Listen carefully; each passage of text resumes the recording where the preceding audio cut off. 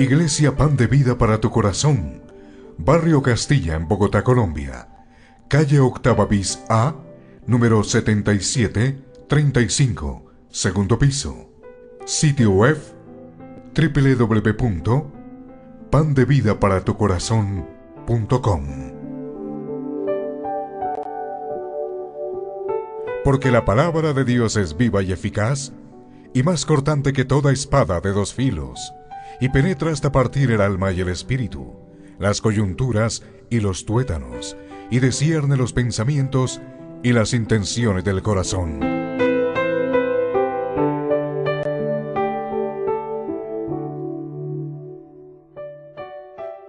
Apóstol Pablo a los romanos, nos corresponden para esta oportunidad una sección un poco larga para que la podamos comprender. Romanos capítulo 7, versículos 13 al 25. Y vamos a estar meditando hasta el versículo 20, pero quiero que leamos toda la porción para poder entender qué es lo que dice allí el apóstol Pablo, ¿no? Entonces, Romanos capítulo 7, versículos 13 al 25, toda la porción la vamos a leer. ¿Listos? El tema de hoy, por supuesto, la batalla del creyente. Ese es el tema, la batalla del creyente. Bueno, leemos entonces con disposición la palabra de Dios. Dice así: luego lo que es bueno vino a ser muerte para mí en ninguna manera, sino que el pecado, para mostrarse pecado, produjo en mí la muerte por medio de lo que es bueno, a fin de que por el mandamiento el pecado llegase a ser sobremanera pecaminoso. Porque sabemos que la ley es espiritual, mas yo soy carnal, vendido al pecado. Porque lo que hago no lo entiendo, pues no hago lo que quiero, sino lo que aborrezco, eso hago. Y si lo que no quiero, esto hago, apruebo que la ley es buena. De manera que ya no soy yo quien hace aquello, sino el pecado que mora en mí. Y yo sé que en mí, esto es, en mi carne, no mora el bien, porque el querer hacer el bien está en mí, pero no el hacerlo. Porque no hago el bien que quiero, sino el mal que no quiero, eso hago. Y si hago lo que no quiero, ya no lo hago yo, sino el pecado que mora en mí. Así que, queriendo yo hacer el bien, hallo esta ley, que el mal está en mí, porque según el hombre interior me deleito en la ley de Dios, pero veo otra ley en mis miembros que se rebela contra la ley de mi mente y que me lleva cautivo a la ley del pecado que está en mis miembros. Miserable de mí, ¿quién me librará de este cuerpo de muerte? Gracias doy a Dios por Jesucristo Señor nuestro. Así que yo mismo con la mente sirvo a la ley de Dios, mas con la carne a la ley del pecado. Oremos. Bendito Dios, Padre eterno, te damos gracias, Señor, por concedernos este favor de recibir la palabra tuya, Señor. Concédenos, Señor, ahora, por medio de la iluminación de tu Santo Espíritu, Señor, poder comprender este pasaje, Señor. Poder comprender, Señor, qué le hablabas, Señor, allí a esa audiencia y ahora qué nos dejas a nosotros, Señor. Que tu Santo Espíritu, Señor, nos ilumine para poder comprender estas verdades preciosas, Señor, y aplicarlas a nuestras vidas. Todo esto te lo pedimos en el glorioso nombre de nuestro Salvador y Señor, en Cristo Jesús. Amén. ¿Podemos sentarnos?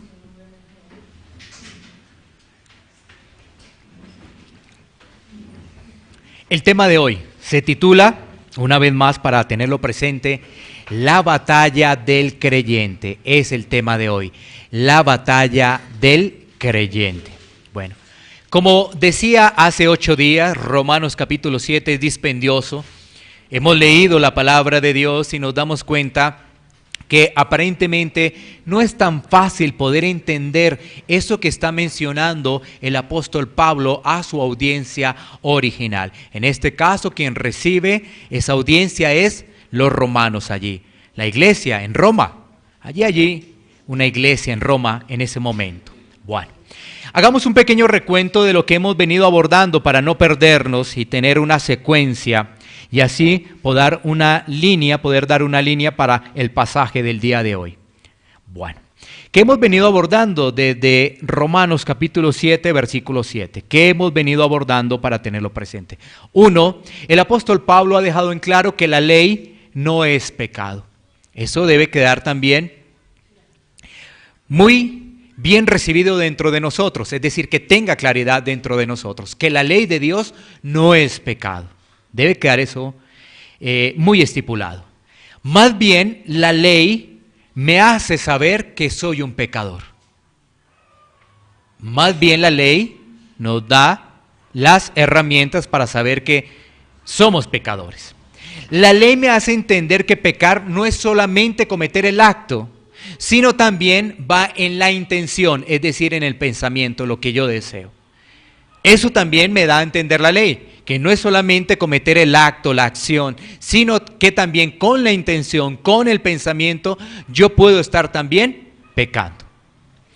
También ese pasaje nos dejó claro que el pecado es engaño. Y en la última parte que leímos, es decir, en Romanos capítulo 7, versículo 12, el apóstol Pablo dice que 1, la ley es santa, la ley es justa, la ley es buena. Ahora, después de todo ello, recordarlo, miremos el versículo 13. Vamos a estar meditando del versículo 13 a el versículo 20. Vamos a estar meditando hoy domingo. Y dentro de 8 días nos corresponden del 21 al 25, ¿no? Pero dentro de 8 días volvemos a leer toda la porción porque, reitero, es dispendiosa. Sin duda, este capítulo 7 de Romanos es el más dispendioso y en la Biblia tiene una gran complejidad. Bueno. Así que volvamos a leer Romanos capítulo 7, versículo 13. Dice la palabra de Dios: luego lo que es bueno vino a ser muerte para mí, en ninguna manera, sino que el pecado, para mostrarse pecado, produjo en mí la muerte por medio de lo que es bueno, a fin que por el mandamiento el pecado llegase a ser sobremanera pecaminoso. En este pasaje el apóstol Pablo nos amplía cómo la ley muestra la gravedad del pecado. El pecado es una plaga, el pecado es algo extremadamente grave. Imagínate una plaga en estos tiempos, entonces así analiza el tema del pecado. Y cuando vemos ello, que el pecado es una plaga, cuando lo vemos con la lupa del creyente, pues vamos a meditar en estos 3 puntos que vamos a reseñar. El primer punto es cómo se presenta el pecado y su gravedad. 3 puntos. Primer punto, cómo se presenta el pecado y su gravedad, para verlo efectivamente como una plaga. El pecado se presenta entonces como engaño, pensando uno que no va a pasar nada y que todo relativamente está bien. Y hace 8 días meditábamos en un pasaje que vale la pena volverlo a tener presente, y es el pasaje donde este personaje que se llama Acán codició un manto babilónico y codició una plata, codició unas cosas, ¿no? Así que para poder entender la extrema gravedad del pecado, vayamos a Josué, capítulo 6, versículo 18. Josué, capítulo 6, versículo 18. Vamos a mirar la gravedad del pecado como primer punto de lo que está desarrollando Pablo. Y aquí, en este pasaje de Josué 6:18, pues vamos a tener una buena ilustración. Miremos en Josué 6:18 la orden de Dios. ¿Cuál fue la orden de Dios? Para mirar un poco el contexto. Dice el pasaje: pero vosotros guardaos del anatema, ni toquéis ni toméis alguna cosa del anatema, no sea que hagáis anatema al campamento de Israel y lo turbéis. ¿Cuál es el contexto? En este contexto, el pueblo va a tomar a Jericó y Dios les entrega una orden, les entrega una información muy importante. En esa orden le dice, bueno, ustedes van a ir a tomar a Jericó, lo van a tomar, pero deben tener cuidado ¿de qué? De guardar el anatema. No se debe ni tocar ni tomar nada del anatema, porque si lo hacen van a tener una consecuencia. Si lo hacen van a tener una consecuencia.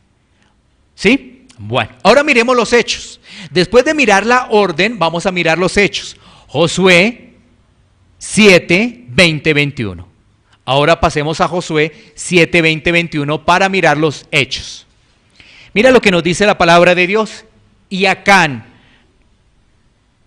respondió a Josué diciendo: verdaderamente yo he pecado contra Jehová, el Dios de Israel, y así he hecho. Pues vi entre los despojos un manto babilónico muy bueno y 200 siclos de plata y un lingote de oro de peso de 50 siclos, lo cual codicié y tomé. Y he aquí que está escondido bajo tierra en medio de mi tienda y el dinero debajo de ello. ¿Sí ves cómo es el pecado? Extrema gravedad del pecado. En este caso, ¿qué sucede con Acán? Acán no vio, no realmente analizó, no meditó en las consecuencias que podía producir tomar el anatema. Y entonces, ¿qué hace él? Él lo tomó, él lo guardó, él lo escondió, pensando que su pecado iba a no tener ninguna clase de repercusión.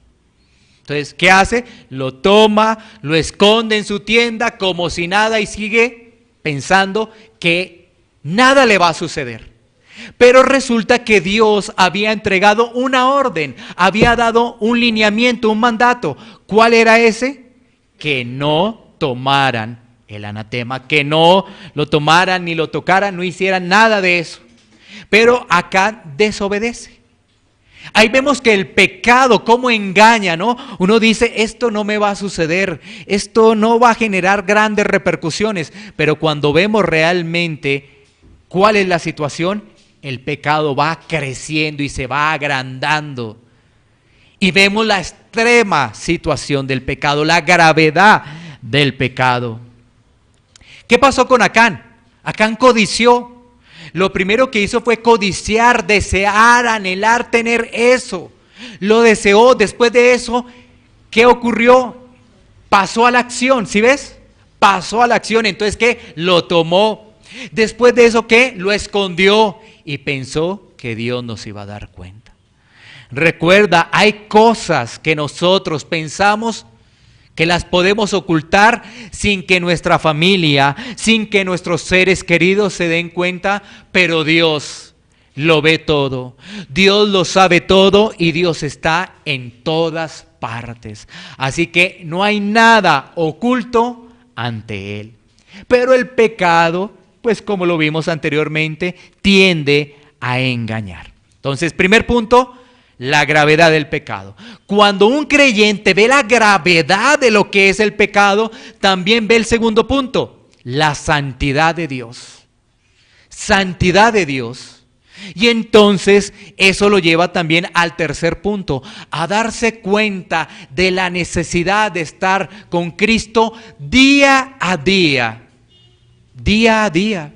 Porque cuando uno ve la gravedad del pecado, ¿qué está viendo del otro lado? Estoy hablando de creyentes, no de impíos, porque el impío nunca va a ver la gravedad del pecado. Pero entonces, ¿qué hace el creyente? El creyente ve la extrema gravedad del pecado, entonces también ve la santidad de Dios. Y ve que el estándar de Dios es demasiado alto, por lo cual ve la salvación en Cristo.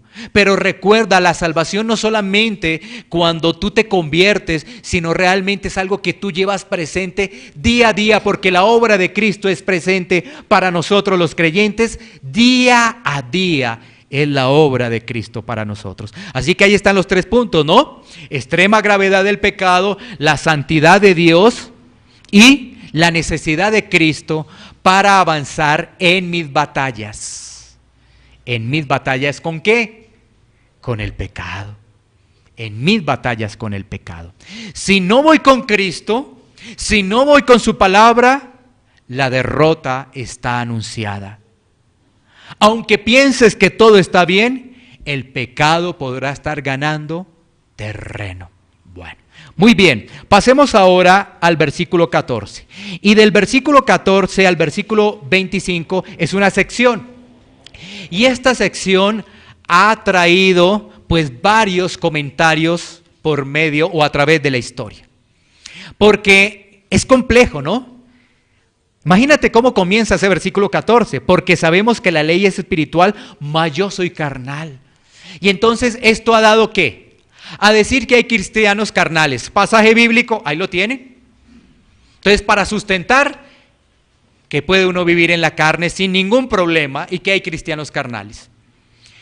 Es que este pasaje es complejo, lo decíamos hace 8 días. Y entonces hay tres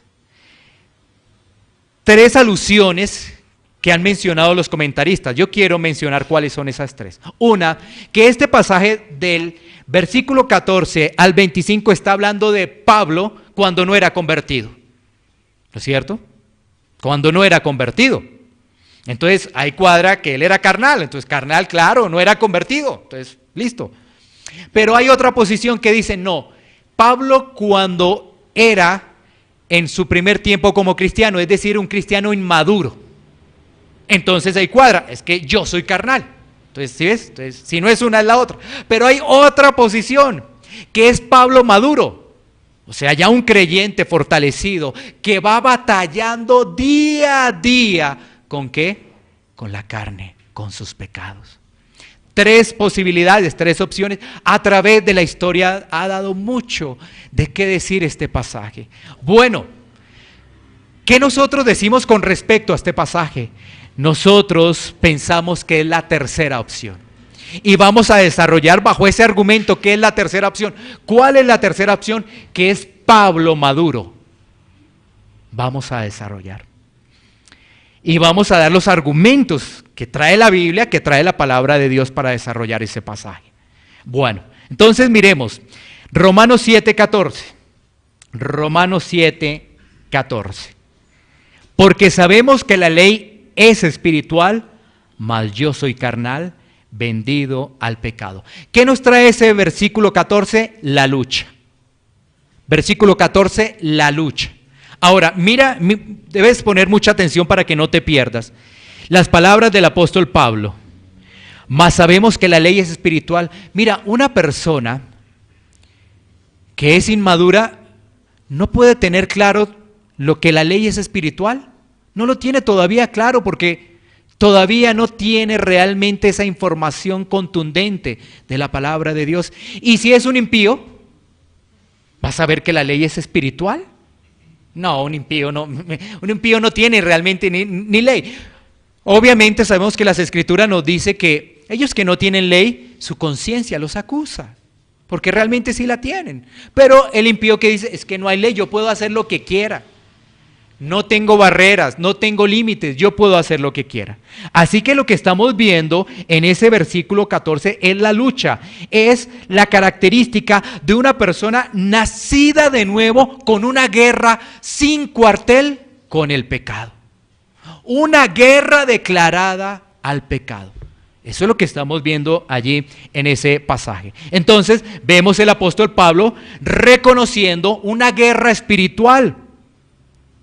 Vuelvo y reitero, si uno piensa que todo anda bien, que no hay problema, pues no vamos a mirar la cruz, no vamos a mirar a Cristo.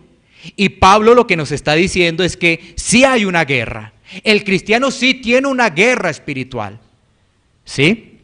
Ahora, hay una palabrita allí que puede generar confusión en todo esto, ¿no? Y la palabrita es, yo soy carnal vendido al pecado. Entonces uno dice, uy, caramba, ¿cómo así? Pablo, el apóstol, el que escribió 13 cartas del Nuevo Testamento, y el Nuevo Testamento prácticamente vemos a Pablo, ¿está diciendo que él es carnal vendido al pecado?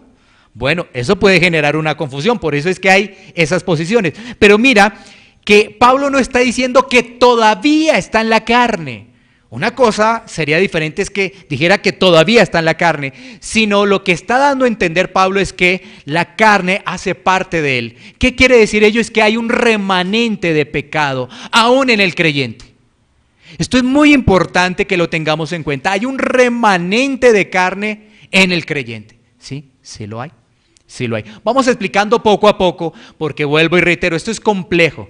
Esto es como una paradoja. Ya vamos a explicar qué significa una paradoja, ¿no? Bueno, miremos algunos ejemplos que da el apóstol Pablo para poder entender ello, ¿no? Miremos 1 Timoteo 1:15. 1 Timoteo 1:15. Dice la palabra de Dios: palabra fiel y digna de ser recibida por todos, que Cristo Jesús vino al mundo para salvar a los pecadores, de los cuales Pablo está diciendo, yo soy el primero. Mira, ahí tenemos, el que está hablando ahí es el apóstol Pablo. Y el apóstol Pablo reconoce su debilidad. No porque sea el apóstol Pablo, entonces no pecó. La Biblia nos enseña que el único sin pecado, Cristo. Vamos a mirar ejemplos de la Biblia, personajes muy importantes. Vamos a mirar a Moisés así de primera mano. ¿Moisés pecó? Sí, Moisés pecó. Sigamos avanzando en los libros de la Biblia para referenciar personajes muy importantes, como David. David pecó. Y todos debemos tener claro que Moisés, David, hijo de Dios, ¿cierto? Nos debe quedar eso muy claro. Sigamos avanzando. Miremos ahora a los profetas. El profeta Elías. Ese profeta Elías que oró para que lloviera, ¿pecó? Sí pecó. ¿Sí o no? Sí pecó, claro que pecó. ¿No es cierto? Le dio un miedo tremendo y después estaba escondido, porque lo iban a matar y le dio un miedo, y después de haber hecho semejante milagro, gracias a Dios, ¿no? Porque Dios es el que obra en los milagros, ¿no? Entonces también vamos a ver al apóstol Pedro. Pedro también, ¿cierto? Ok, muy bien. Entonces, estamos viendo que el apóstol Pablo también, y él dice de los cuales yo soy el primero. Él se pone primero en la lista. Él entiende muy bien la lucha del creyente, la batalla del creyente. El creyente peca, sí. Pero el creyente tiene algo especial porque tiene la esperanza de perdón de pecados, cosa que no tiene el impío. Nosotros pecamos, pero tenemos la esperanza que nos dice la Biblia. Miremos 1 de Juan capítulo 1 versículos 8 y 10. Todo creyente tiene esperanza. Porque es que, ¿sabes qué? Nos están diciendo, hoy nos están desnudando a cada uno de nosotros, es decir, los que estamos aquí, todos pecamos sin excepción. Y entonces uno dice, ay caramba, vea qué vamos a hacer. Pues mira, la misma Biblia nos dice que todos pecamos, pero tenemos esperanza a los hijos de Dios. Los hijos de Dios, los que tienen a Cristo, los que reconocen su debilidad. Dice así, si decimos que no tenemos pecados, nos engañamos a nosotros mismos y la verdad no está en nosotros. Aquí hay una claridad que nos ayuda a entender qué es lo que dice Pablo en Romanos 7. Porque eso que diga que es carnal, vendido al pecado, eso le cae a uno muy mal, ¿no? ¿O será que uno se convierte en fariseo o en hipócrita?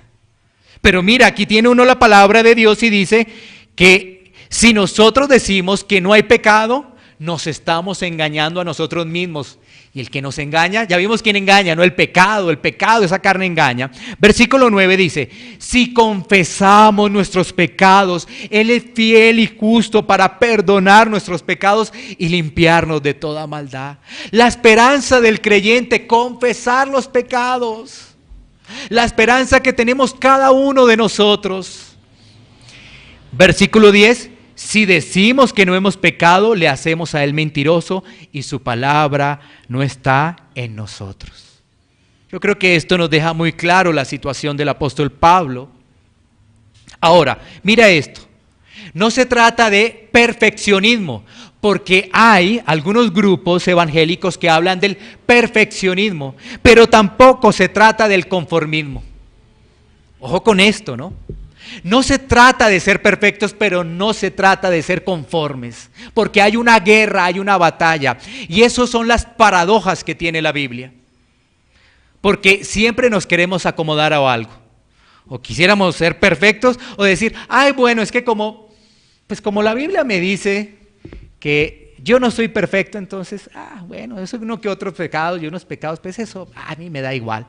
No, tampoco te conformes. ¿Qué es una paradoja?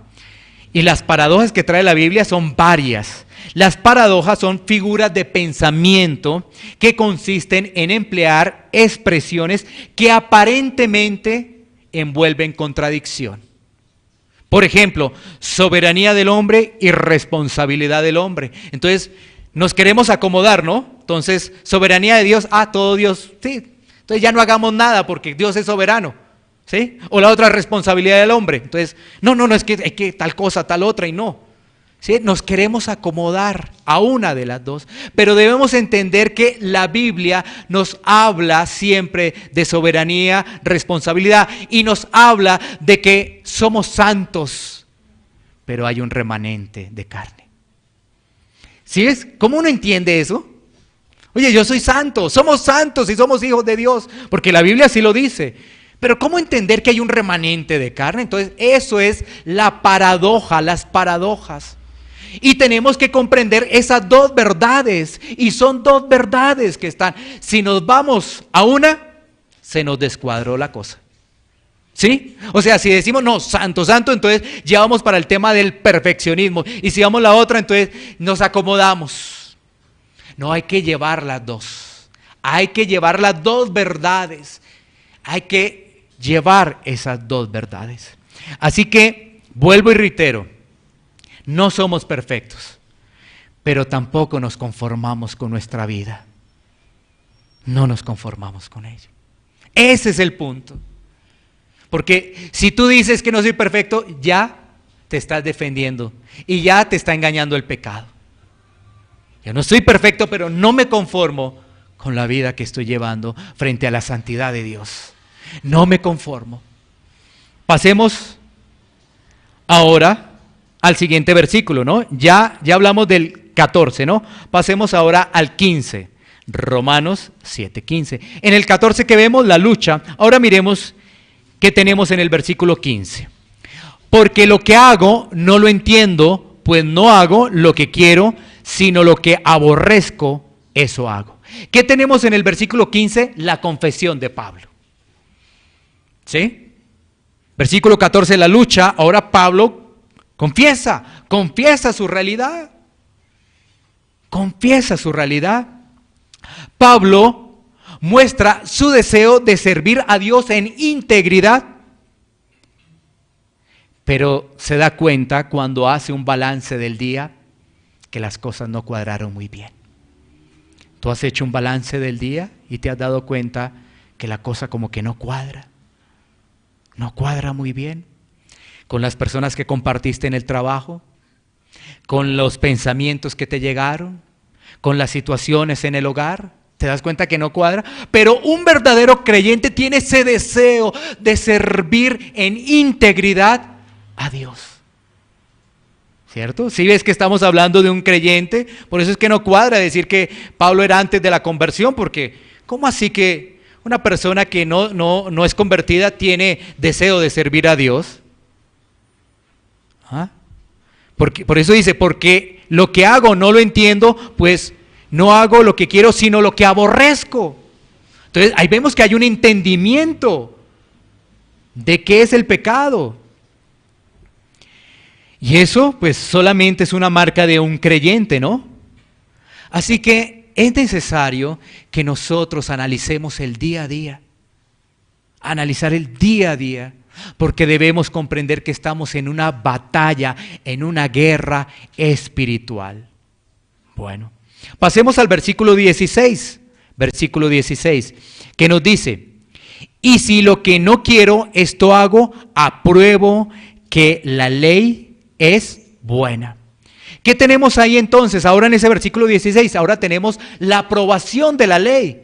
Pablo una vez más ratifica que la ley es buena. ¿Y cómo un creyente puede identificar eso? Porque realmente ha nacido de nuevo. Mira, hoy en día, ¿sabes qué? Cuando se habla de la ley, muchas denominaciones evangélicas rechazan y dicen eso es de el Antiguo Testamento. Eso no, ahora solamente estamos en la gracia. Y cuando se le dice a una persona que siempre ha habido gracia, entonces quedó sin argumento, ¿sí ves? Porque ¿cuál es el argumento de esas personas? Oye, es que ahora estamos en la gracia. No me hables de ley porque ¿sabes qué? Eso es del Antiguo Testamento. Y la Biblia me enseña y me dice que eso ya caducó, que eso ya no está vigente, que eso ya no hay que mirarlo. Y la respuesta de uno es que siempre ha habido gracia. ¿O cómo crees que Dios salvó a Noé y a sus familiares? ¿Cómo? Ahí aparece la palabra gracia.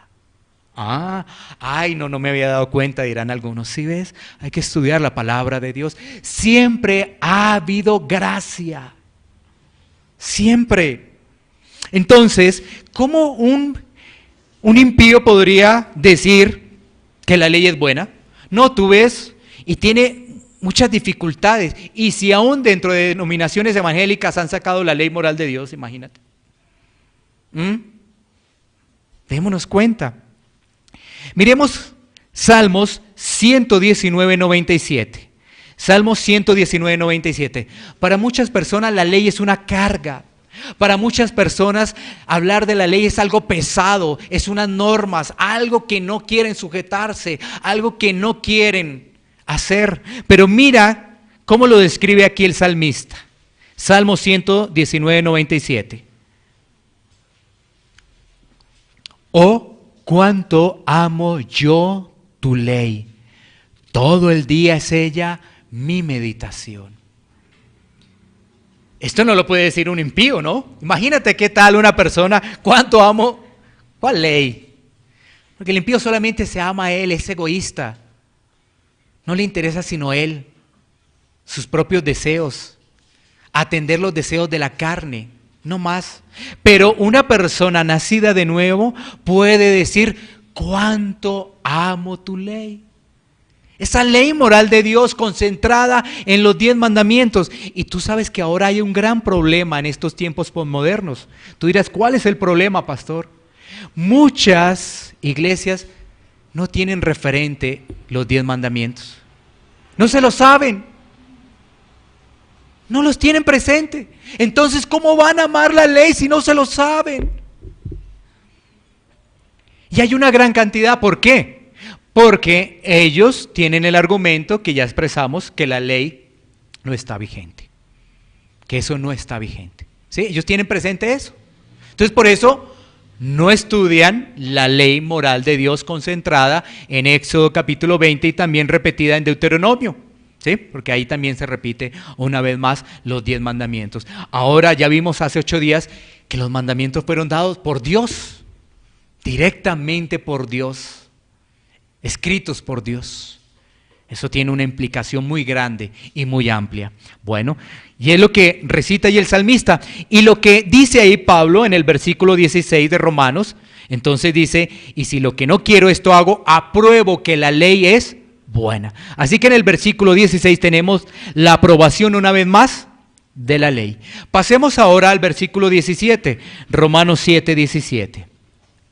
De manera que ya no soy yo quien hace aquello, sino el pecado que mora en mí. Pablo ahora en este versículo reconoce la lucha. La reconoce abiertamente, una lucha sin cuartel contra el pecado. Por eso decía que este pasaje puede caerle un poco fuerte a los hipócritas o fariseos. Porque recuerda que el fariseo, ¿qué decía? El fariseo decía, todo está bien, yo ayuno, yo oro, yo doy los diezmos que todo, así que todo está bien en mi vida. ¿Sí ves? Todo está bien. Entonces, cuando esa persona reconoce la lucha, esa persona lo que está haciendo es reconociendo la necesidad de Cristo día a día. Ahora Pablo nos está diciendo que hay un remanente de carne, un remanente de pecado. Vamos a explicarlo un poco mejor, vamos a ampliar. Después de la salvación, estamos hablando de una persona nacida de nuevo. Y vamos a poner este ejemplo. Después de la salvación, el pecado, como si fuera un gobernante, queda exiliado. Es decir, ya no reina, ya no tiene ese poder, pero ha quedado a las afueras de la ciudad. Y como está afuera de la ciudad, sigue estorbando, mirando la oportunidad, mirando el momento, ¿para qué? Para generar allí su ataque y que la persona le dé rienda suelta a su carne. Debemos recordar lo siguiente: el creyente tiene 3 enemigos.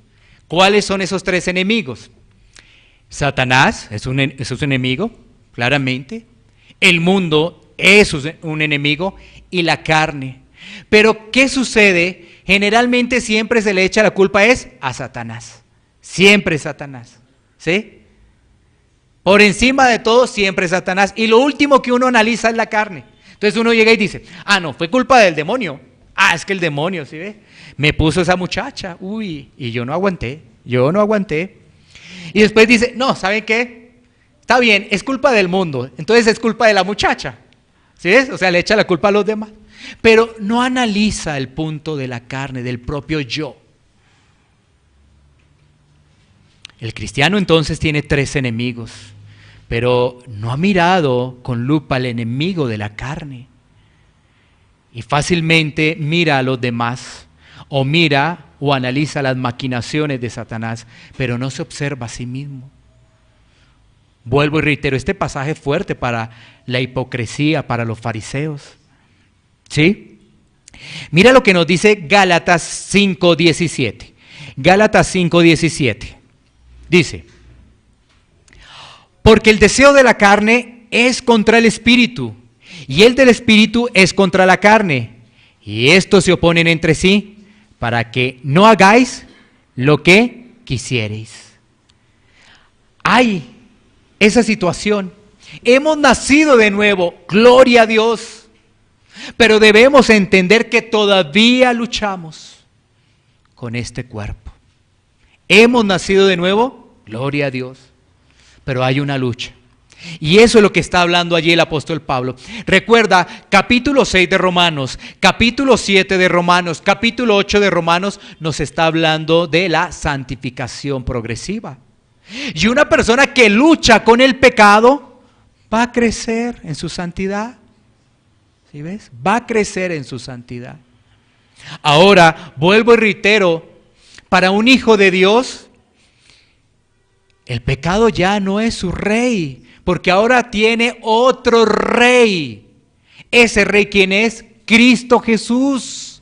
Él es nuestro rey, Él es nuestro salvador, Él es nuestro Señor. Pero recuerda el ejemplo, antes teníamos un rey, ese quedó ya exiliado, quedó por allá afuera de la ciudad, pero todavía sigue estorbando, mirando oportunidades, dónde puede atacar, cómo puede atacar. Entonces no hay que darle rienda suelta a la carne, y por eso se habla de ¿qué? Lo que nos trae también Romanos 8, la mortificación del pecado, hacer morir las obras de la carne. No nos adelantemos todavía a Romanos 8, porque Romanos 7 lo que nos trae es una verdad y una realidad, para que en Romanos 8 podamos vivir es en el Espíritu y no en la carne.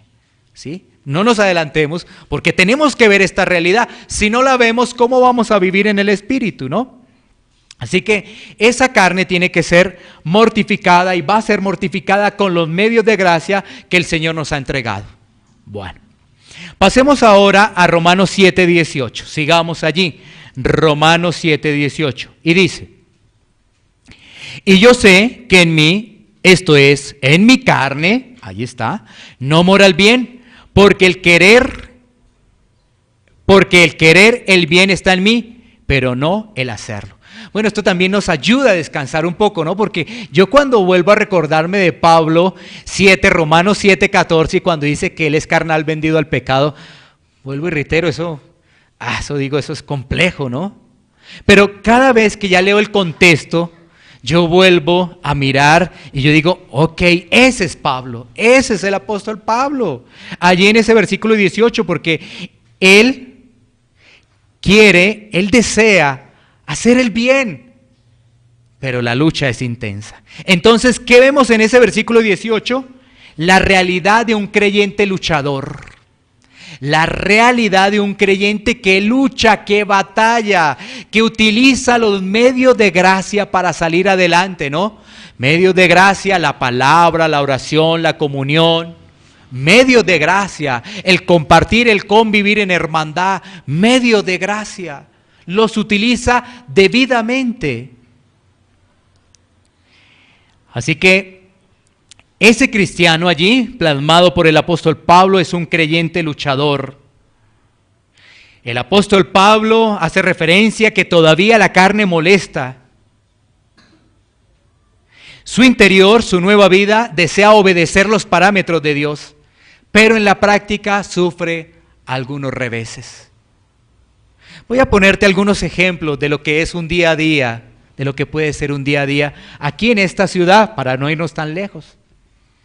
Es una ciudad bastante grande, 9 millones de habitantes aproximadamente. Es una ciudad de muchos afanes. Y miremos este ejemplo, ¿cómo es un día a día de un creyente? El creyente se levanta, ora a Dios, lee la palabra, le da gracias a Dios e inicia sus actividades, ¿no? Se arregla, se alista para ir a su trabajo. Cuando se da cuenta, no pasó el transporte o se le pasó y ya va a llegar tarde. La cosa se complicó, empezó ya con los afanes. Y entonces, como va a llegar tarde, ¿qué hace? Pongamos que estábamos en el Transmilenio. Por eso digo, es que aquí hay un ejemplo muy bueno. La ciudad de Bogotá nos permite ello. Está en el Transmilenio, entonces ya empieza a pasarse por encima de todo, ¿no? Y empieza aquí, a uno al otro a sacarlo, y a empujar al uno, a empujar al otro. ¿Sí ves? Porque va a llegar tarde y va a tener problemas en el trabajo. ¿Sí? Y entonces alguien llegó también y lo empujó. Y uno, como está así afanado, dice, ¿y cuál es el problema? ¿Qué le pasa? ¿Sí ves? Y un creyente. ¿Sí ves? Y así empieza a transcurrir el día. Mira, solamente un ejemplo de la mañana. Y tú llegas en la noche a casa y tú dices, ay, eso que hice en la mañana, Dios mío. Eso que hice en la mañana.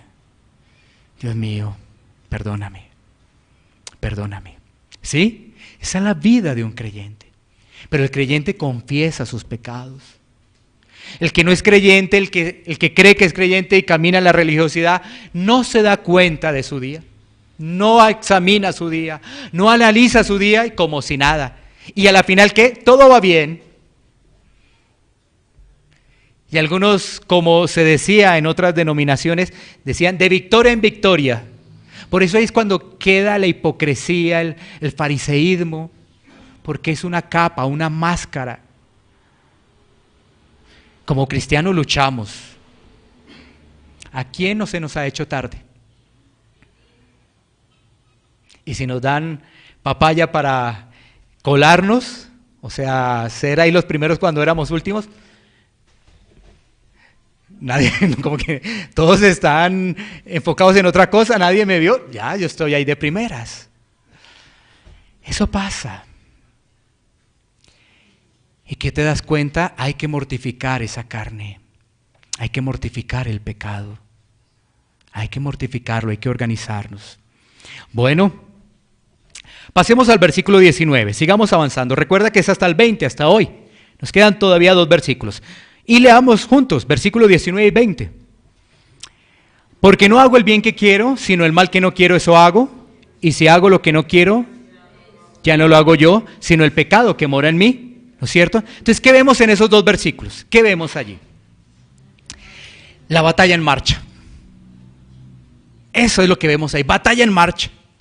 Es que sabes que si tú no batallas, la cosa se complica. Y si se complica, van quedando dudas si realmente eres creyente o no. Porque si no batallas, si no estás en esa lucha, pues va quedando de la sensación de que eres realmente un hijo de Dios o no eres hijo de Dios. Entonces vemos ahí el apóstol Pablo mostrándonos la batalla en marcha ya, una batalla fuerte, una batalla fuerte. Imagínate un campo de batalla, unos soldados que van a la batalla y no están preparados. ¿Qué va a pasar con esos soldados? El enemigo se los come. Pero imagínate a unos soldados preparados, campo de batalla, preparados. ¿Qué van haciendo? Van avanzando, van ganando terreno poco a poco. Y ahí van, ¿no? Con estrategia, ¿no es cierto? En este caso la estrategia es Dios, o sea, es la palabra. ¿Sí? Van avanzando poco a poco, hasta llegar a la meta. Y la meta es el Señor. Pero mira la batalla, y en la batalla siempre tú estás mirando a Cristo y los medios de gracia que Él ha entregado para avanzar en esa lucha. En esa lucha. Mira las palabras del apóstol Pablo en Filipenses capítulo 3 versículos 12 y 14. Filipenses capítulo 3 versículos 12 al 14 dice: no que lo haya alcanzado ya, ni que ya sea perfecto. Oh, palabras muy interesantes del apóstol Pablo. Dice, ni que sea perfecto, sino que prosigo por ver si logro hacer aquello para lo cual fui también asido por Cristo Jesús.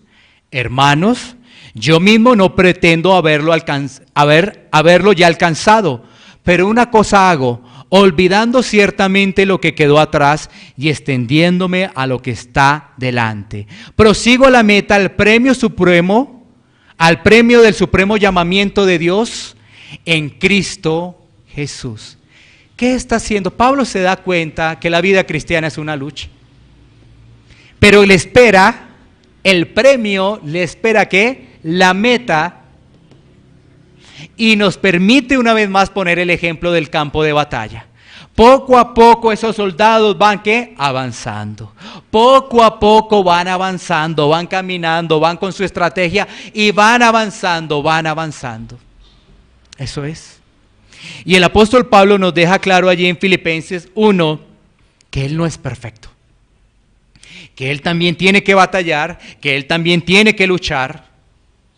Pero también nos deja claro el apóstol Pablo que hay una meta, una gran meta, en Cristo Jesús.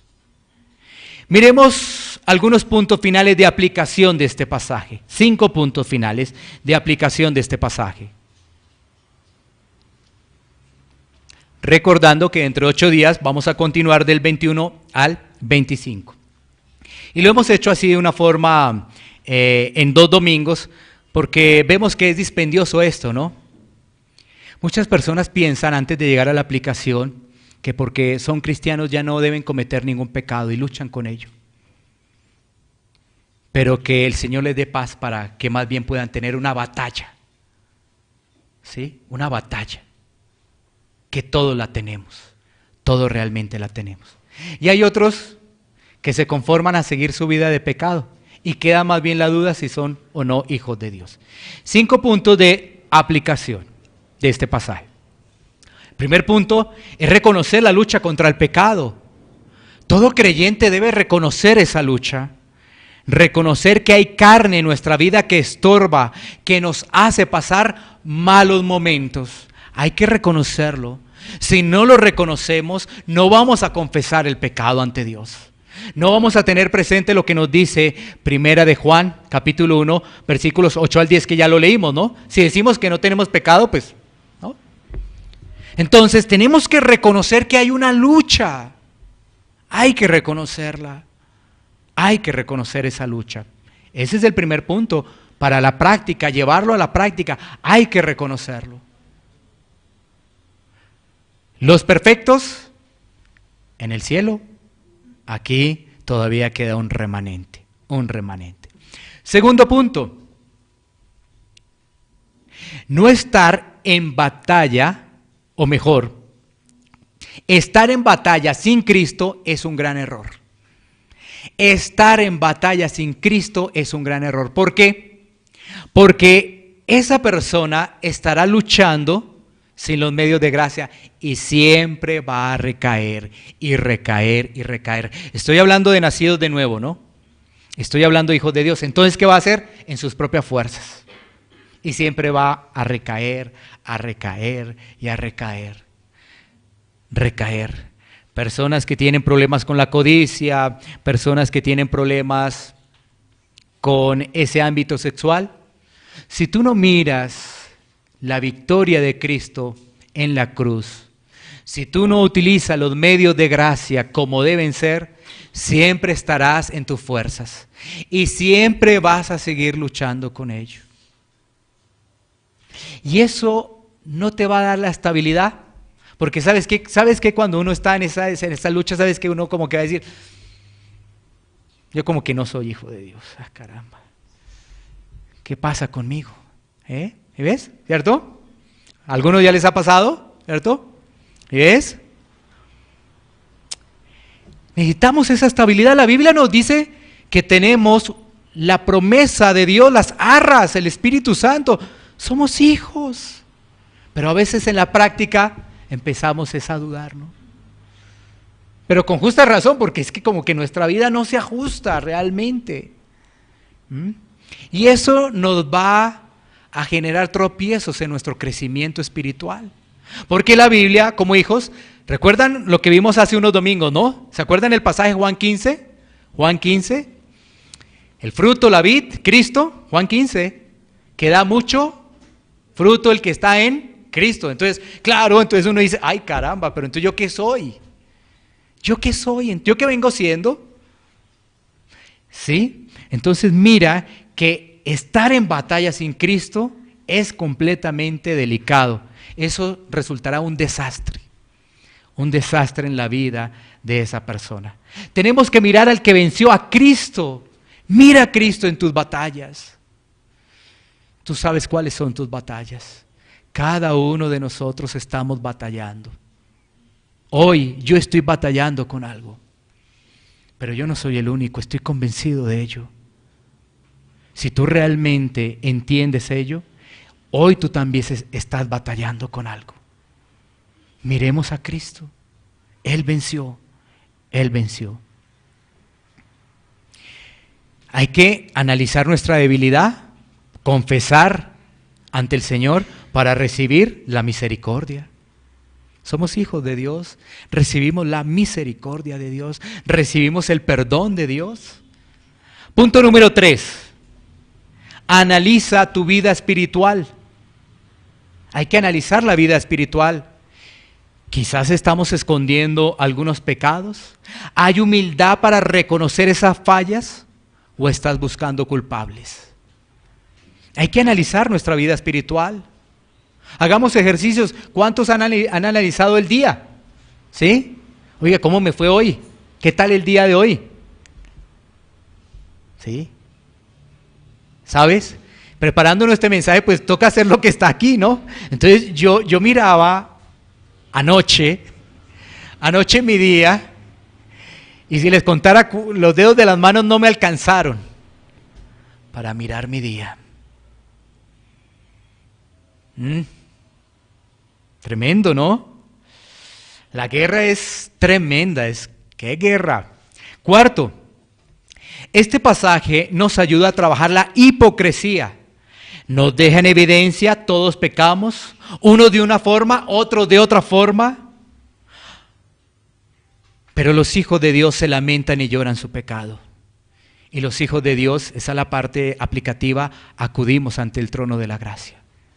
Nosotros como hijos de Dios nos lamentamos por nuestro pecado, lloramos ese pecado y acudimos ante el trono de la gracia porque lo confesamos el pecado. Y quinto, para aquellos que están sin Cristo, estas personas pueden observar que su único camino es Cristo, porque no hay otra forma, porque de lo contrario siempre va a seguir el ciclo, siempre va a seguir lo mismo, ¿no? A esa persona le queda arrepentimiento, confesar sus pecados y mirar a Cristo en fe. No es momento para engaños, el pecado engaña. La lucha es fuerte, pero no estamos solos en esta lucha, porque Él ya venció. Cristo ya venció. No estamos solos en esta lucha, no estamos solos en esta guerra contra el pecado, contra la carne, contra ese remanente para escudarnos. ¿Qué pasa contigo? No es que la carne. Si decimos eso, quedamos en evidencia. No, decimos, sí, estamos trabajando en ello, la carne está fuerte, pero sé que Dios me ha dejado unos medios de gracia para trabajar en ellos, para que pueda estar en el Espíritu y ser fortalecido en el Espíritu. Así que allí están esos 5 puntos aplicativos para nuestra vida. Tengamos presente, de la guerra que nos habla la Escritura, no es esa guerra que aparentemente en algunos lados nos enseñaron en algún tiempo o en algún momento, que era echarle la culpa todo a Satanás. Tú ves esas redes sociales y la gente es que el diablo, es que el enemigo. ¿Sí? No estamos diciendo que no, pero miremos también el tema de la carne, ¿no? Anteriormente se decía, oye, ¿por qué llegabas tarde? No, el diablo, tú sabes, el diablo. El diablo me hizo eso. Tú sabes que el diablo, como decían por ahí, ¿no? El diablo hace sus cosas y vea, y me pone tropiezo y una cosa y lo otro. Entonces, ¿por qué te levantaste tarde? No, el diablo, tú sabes, es que el diablo, ¿sí? ¿Por qué no te controlaste en esta situación? Tú sabes, el diablo, es que el diablo me pone eso y me pone unos pensamientos y unas cosas. Y entonces, más bien, ¿por qué no miramos la carne? La carne, que entonces, la carne que quiere dormir otro poquito, ¿no es cierto? Uno está cansado, la carne quiere que durmamos otro poquito. Pero el Espíritu, ¿qué quiere? Quiere la palabra, el deseo de Dios, meditar en Dios, en esa salvación tan grande. Esa salvación tan grande que ha dado el Señor a un pecador. Para poder entender las palabras de Pablo, miserable de mí. Entender esa salvación tan grande. Entonces, uno no se quiere levantar, pero la salvación es tan grande que uno se levanta. Y uno viene, se dispone, o tú en tu devocional diario por la mañana lo haces, te levantas, tomas tu tiempo, no con afanes, para leer la palabra, estudiar la palabra, meditar en ella, no con afanes, porque sé que a muchos nos ha pasado que hemos leído la palabra con afanes, y por eso el día nos queda al revés. Ya estamos mirando el reloj, ya terminé, ya, y en Cristo Jesús, amén, y listo.